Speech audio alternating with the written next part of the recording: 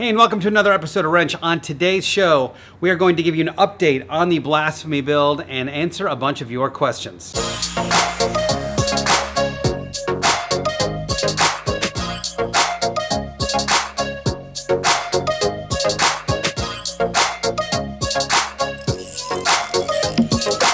Welcome to the channel. I am Michael. This is the Blasphemy build behind me. If you are brand new to the channel, feel free to subscribe. It's a really fun project we're doing here. So I'm a little bit over a year and a few months into this particular project, which is a 1969 Porsche 911, formerly a race car that I'm converting back into a street car. And I'm putting a twin-turbo Subaru EZ30R flat six into this car. Now, I haven't done any of this stuff before. This is all very new to me. This level of fabrication, certainly putting a Subaru engine in, engine swap, all the ECU and wiring I have to do, welding on flares and fenders and making front ends and rear ends and doing all kinds of crazy stuff, all for the first time. I'm doing it with basic shop tools. I'm not a multi-million-dollar shop. I'm just a dude in a garage with Harbor Freight and Home Depot. So I thought I would give you guys an update on where the project is. There's a bunch of various projects within the car. Explain a little more of the vision and just basically give you guys a walkthrough of where it is at the moment. And if you want to stick around, I have a whole bunch of your questions that you gave me from Instagram, Facebook, and YouTube that I will answer about me and the build and the brand and the channel. But first, the walkthrough. Okay, starting from the exterior of the car, we're gonna sort of work our way outside to in. You'll notice a couple things. Number one, I've got some wheels on there that are not normally on there. I've borrowed some wheels off a buddy. They are 9s and 11s by 15 with a 225 in the front and a 285 in the rear. They are not quite the right size wheel for this car. Apparently it came with either 8s and 10s or 9s and 10s or 7s and 9s, depending on which variant you got. And these are a little bit too wide. These 11s are a bit too wide, but I will say that these have a 1-inch spacer on them right now. And the offset's a little bit wrong. I probably could fit 10-inch wheels pretty easily on there, but I can test it by putting these 9-inch ones on the rear and see how they flow. Next, you'll notice that I've got some green flares on there. These are Porsche 911 ST flares. Of Porsche flares, these are sort of the rarest of the bunch. These came on a sports purpose 911 that they used a lot for rallying and racing. They've got a very interesting, unique shape. The rear is not all that different than the Grey Ghost kind of RSR flare, except it's got a really nice bulbous round thing going on. The front are very unique. They've got this very interesting squared off thing that happens here, and I think that's because they wanted to fit larger tires, so they needed some clearance to be there. And they're very interesting. I think it's going to be one of those things that a Porsche guy notices when I'm at a Cars and Coffee that maybe not everybody else will notice. They're sort of somewhere in between an RSR and like a 911 SC. So they're somewhere in between. They're very unique. That's why I chose them. I think they're going to be awesome. These came from TRE Motorsports. TRE is honestly like, they're, I think, the de facto supplier of conversion kits, whether you're doing a 911R, 911 ST, 911 RSR.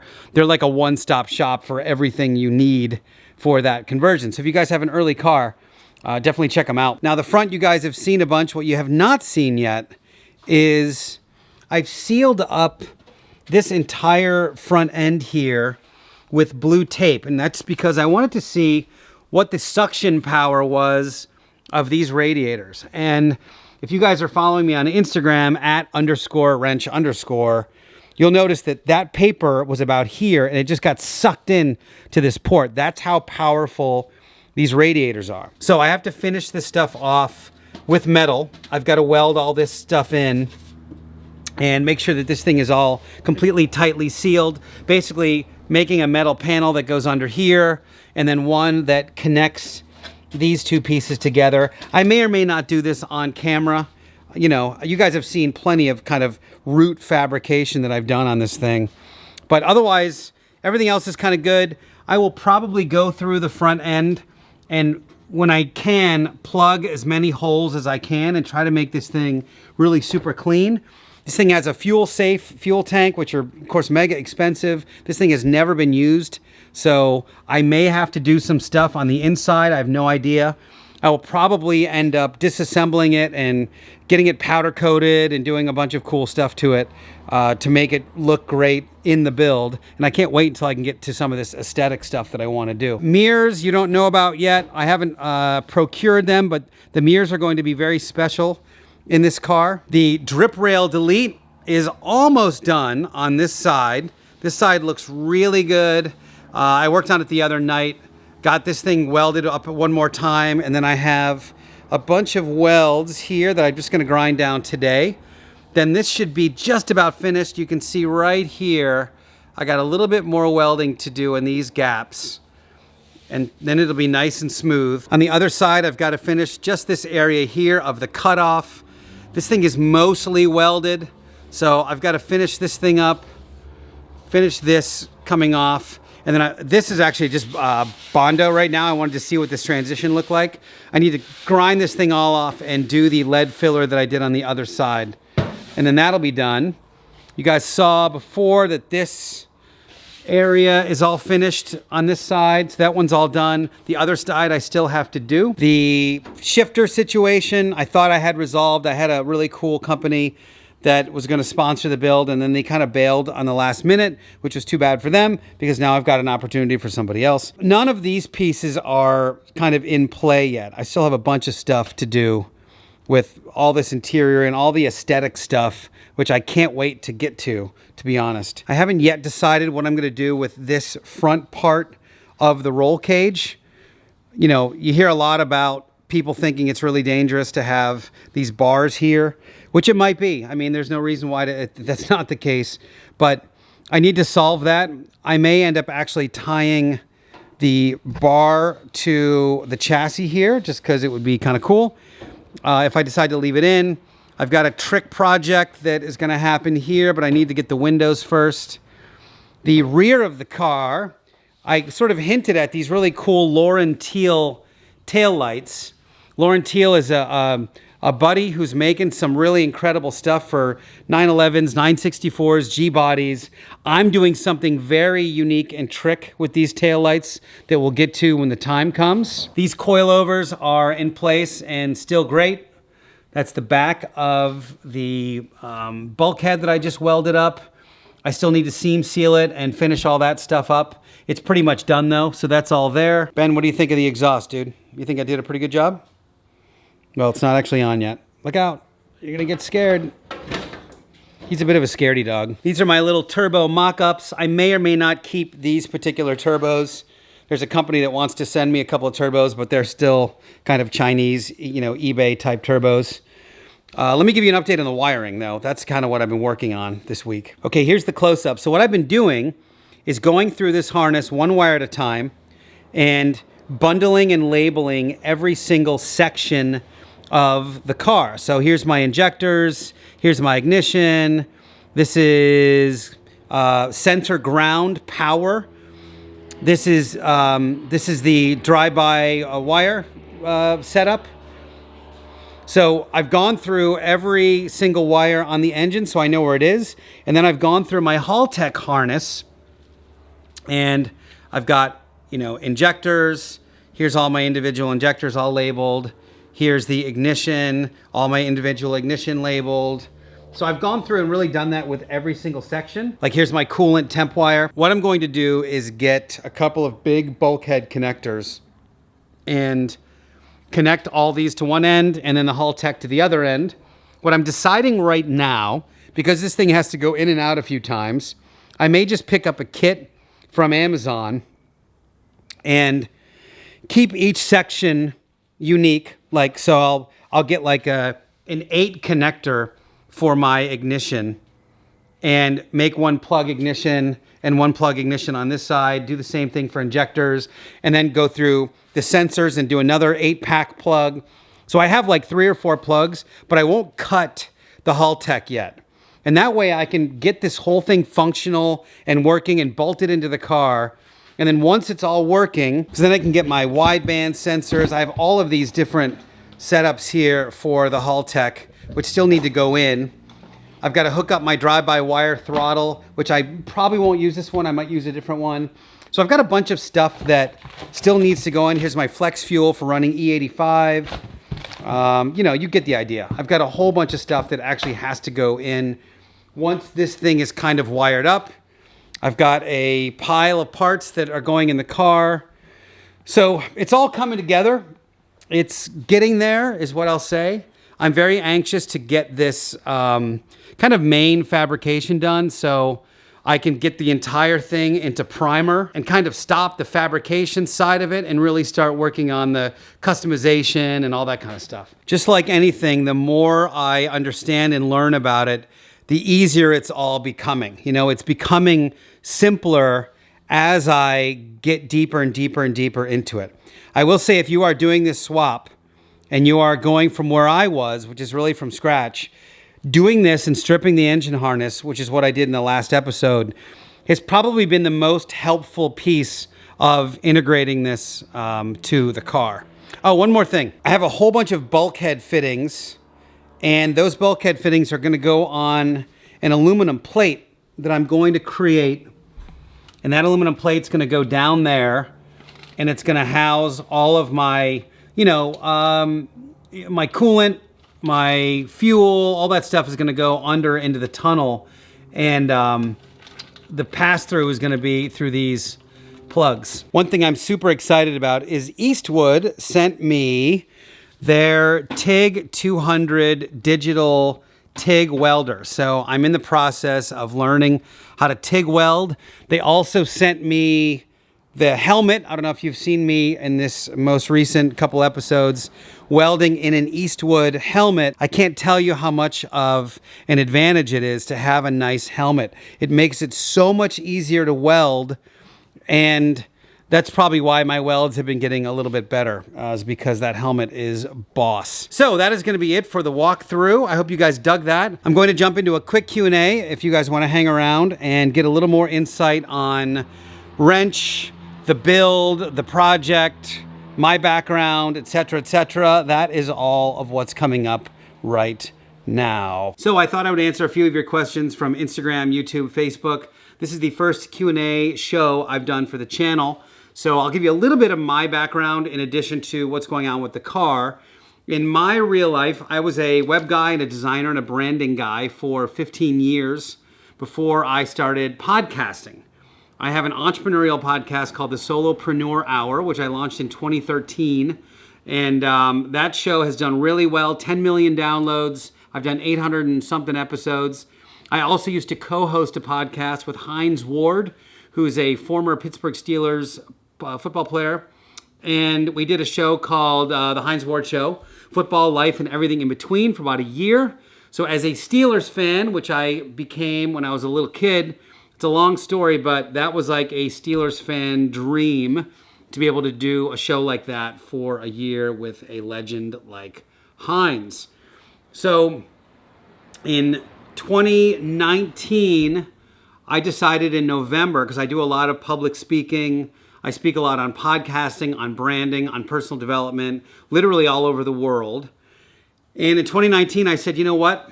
I'm going to kind of step away a little bit from the podcast and advertising and double down on public speaking.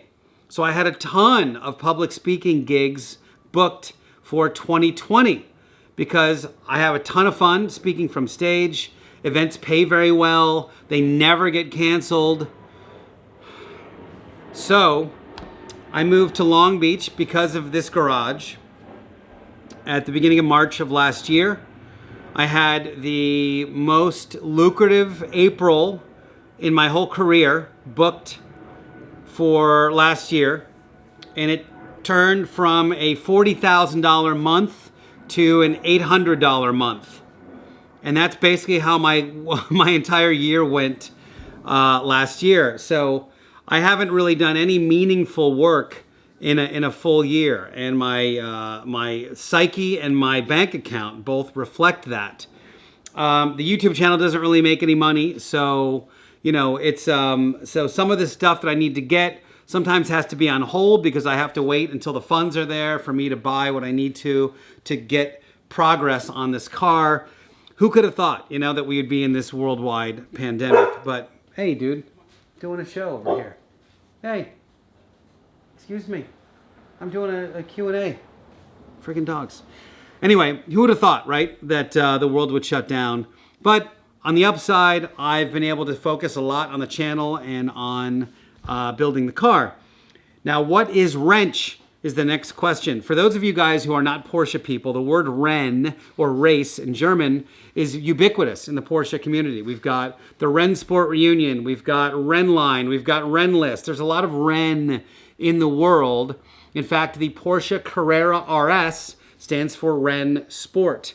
So originally, Rennch was going to be an app that you would download, and if you wanted to do like an oil change or a valve job or something like that, you'd buy, you know, you'd buy the tutorial for it for 99 cents or $10 or whatever it was going to be to do these tutorials. And I had a partner, Jay Lee from San Diego, who does, he did the original Singer engines. He did all the 3.6 Singer engines before they went to 4.0 and before Ed Pink got involved and stuff like that. So he was this great guy at a great shop in San Diego. He decided at some point that he didn't want to do it. So I shifted from doing this kind of app idea to doing a YouTube channel and starting to put content out. Now, why would I do such a thing? Well, Rennch, in my vision, is eventually going to be a retail operation. It's going to be a place where if you have a vintage Porsche or you're a fan or you are just in that lifestyle, that you want to come to the Rennch store in SoCal. You want to hang out on our mid-century couch. You want to listen to our KEF LS50s with some kind of cool vintage movie playing. You want to get some curated apparel that is sort of like, if you don't know much about fashion or menswear, this whole concept of first last, which is like, look, if you've never bought a pair of boots before, this is going to be the first and the last pair of boots you ever need to own. Yeah, they're going to be $500, but you never literally need to buy another pair. You can get them resold until you leave them to your grandchildren. So it's this whole vibe that I'm shooting for. Well, to get investors interested in saying, all right, I'll give you $1 million to build this retail store and everything you need, I wanted proof of concept. I wanted to attract the kind of people that would be interested in participating in the Rennch retail experience. With if you guys know like Deus Ex, D-E-U-S, Ex Machina, that vibe that they have for motorcycles is kind of the vibe I want to do for vintage Porsche. So to do that, I thought, well, let me do a YouTube channel. And to build a YouTube channel, you need a build. So I've been looking for something like this for like 2 years before I found the right car that was the right timing and everything for me. And that's specifically why I moved to Long Beach, was to build this car, to build this YouTube channel so that I can then turn this into something cool. And I have a couple of products in development. I've got a bag, a jack in the bag that you can use to bring like a really nice jack and all the tools you need either on a Targa event, for a track day or whatever. I've got a set of coveralls that I'm working on. That's why you see me wearing so many different coveralls in the videos. I'm wear testing and size testing some stuff. So that'll probably be my first product I come out with. Is going to be a really cool set of coveralls that I hope you guys all buy when they come out. And just a couple other little widgets here and there. And then of course, a lot of the stuff we're doing here on the Blasphemy build, the hope is to have a kit. For those of you guys that, you know, pick up a 912 or a 911 with a blown engine, you're like, well, it's going to take me 2 years to afford the engine rebuild, so let me throw this thing in between, and it'll be like this reliable 300 horsepower thing you can bolt right in. That's kind of the vision for what Rennch is. And then, of course, I designed the logo and the identity because that was my career for a really long time. And yeah, so that's the whole Rennch concept. Now you guys know. And there you have it. So now that those are out of the way, here's a couple of your questions. This person says, this might be a better solopreneur hour idea, but what about the ins and outs of making videos and starting a channel from scratch? Ideas for a budget camera, video length, what videos are worse? He just asked a whole bunch of video stuff. So, it's just like anything. It's weird for me to come from imagine being like on a winning team that like went undefeated and then going to the Jacksonville Jaguars or something, and you're like, oh, all right, I guess we're just gonna have to get used to starting over again. That's a little bit about how this felt. I've got this very successful entrepreneurial business podcast, but then I started in this whole new, venue, and I'm absolutely dead from scratch with no audience, and that's it. So maybe there's some advantage I have is that I do know how to speak in front of a microphone. For those of you also that don't know, I was a touring drummer for 10 years. So I'm used to sort of being on a stage. I do public speaking. I've been on a podcast. So the presentation part, which I think is a struggle for a lot of people, is not a struggle for me. But I'll tell you one thing, you just have to be patient. You have to, it's a gritty, long process, and I'm still in it. I went from having this huge December and January and a bit of February to now I'm like back down to November levels of, the videos are getting 2,500 views, whereas in December I put a video out and instantly got 3,000 or 4,000, 8,000 right off the bat. Then I've got that one video that's done 330,000 views. So it's like, that was a big hit, but now it's like back to the grind. Here's the deal. I don't really care. I'm grateful that the channel is building slowly but surely. I do find myself going on to forums on Facebook and otherwise, and people saying, oh, I've been following your build. So I do appreciate every single person that participates in this thing. The best thing you can do for me is you can post, you can take that time-lapse video I did in December, the one that says satisfying, and then it has the whatever I put. You can post that in all the Facebook groups and be like, hey, have you guys checked that build out? Because that one has been the biggest impetus for people subscribing to the channel and the channel like moving along. So you can do that. I don't have a Patreon set up yet, but when I do, that is the next thing you can do. If you guys want to contribute and help me get some of these parts I need for the next couple of phases of this car, I probably need about $3,000 worth of stuff, I think, to get the remainder of the parts I need to get this thing finished. That's not including wheels. I'm not sure if I have a wheel sponsor yet. I might. But that gets me like all the stuff I need for the engine, all the plumbing and that kind of thing. And then probably like the first bit of primer and things like that. So, we'll go in stages. The channel itself, does it make any money? Not really. I think before December of last year, I think the channel made like $700 or $800 total in the year and a half that it had been up. And it probably averages now, like December was big. I think I made $700 in December. And then I think I probably get paid for that this month. But I probably averages $200 or $300 a month, which is, it's fine. It helps me pay for a little bit for the Panamera. But not a lot, not there yet. And then sponsors, one thing I will say is sponsors have been great sending product. If you are somebody right now that has something related to either vintage Porsche, if this audience is also your audience and you have a company out there, DM me, because sponsorship opportunity right now for the channel is way in your favor. Like, it is hugely in the favor of the sponsor right now.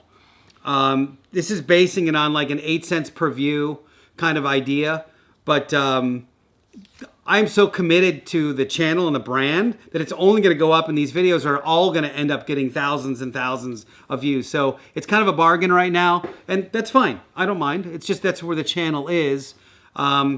Eventually, what will happen, which is what happened with the Solopreneur Hour, you start getting millions of views and millions of downloads. Well, then the leverage is in my court. And it's a lot easier for me to say, yeah, I can do it, but it's going to cost you $5,000 for this video, whereas that ain't the case right now. So if you are one of those people, you can reach out to me at wrenchme@gmail.com. Okay, as for the car, how does the Porsche community react to this car?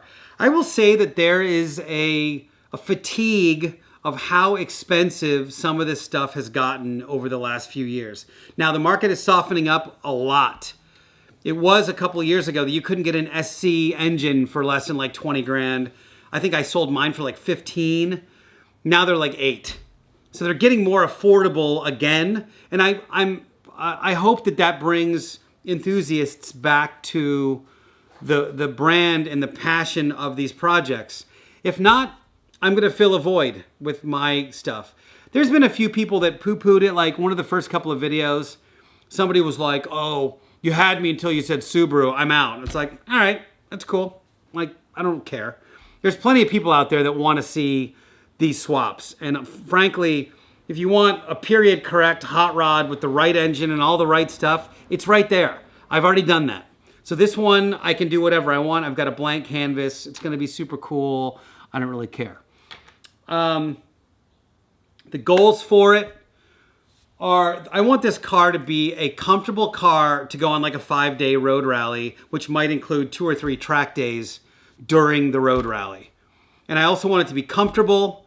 I want you to be able to have some cute girl that wants to wear a sundress and not end up with a sweaty back. So she wants to ride in the car because it's fun and interesting and it sounds good.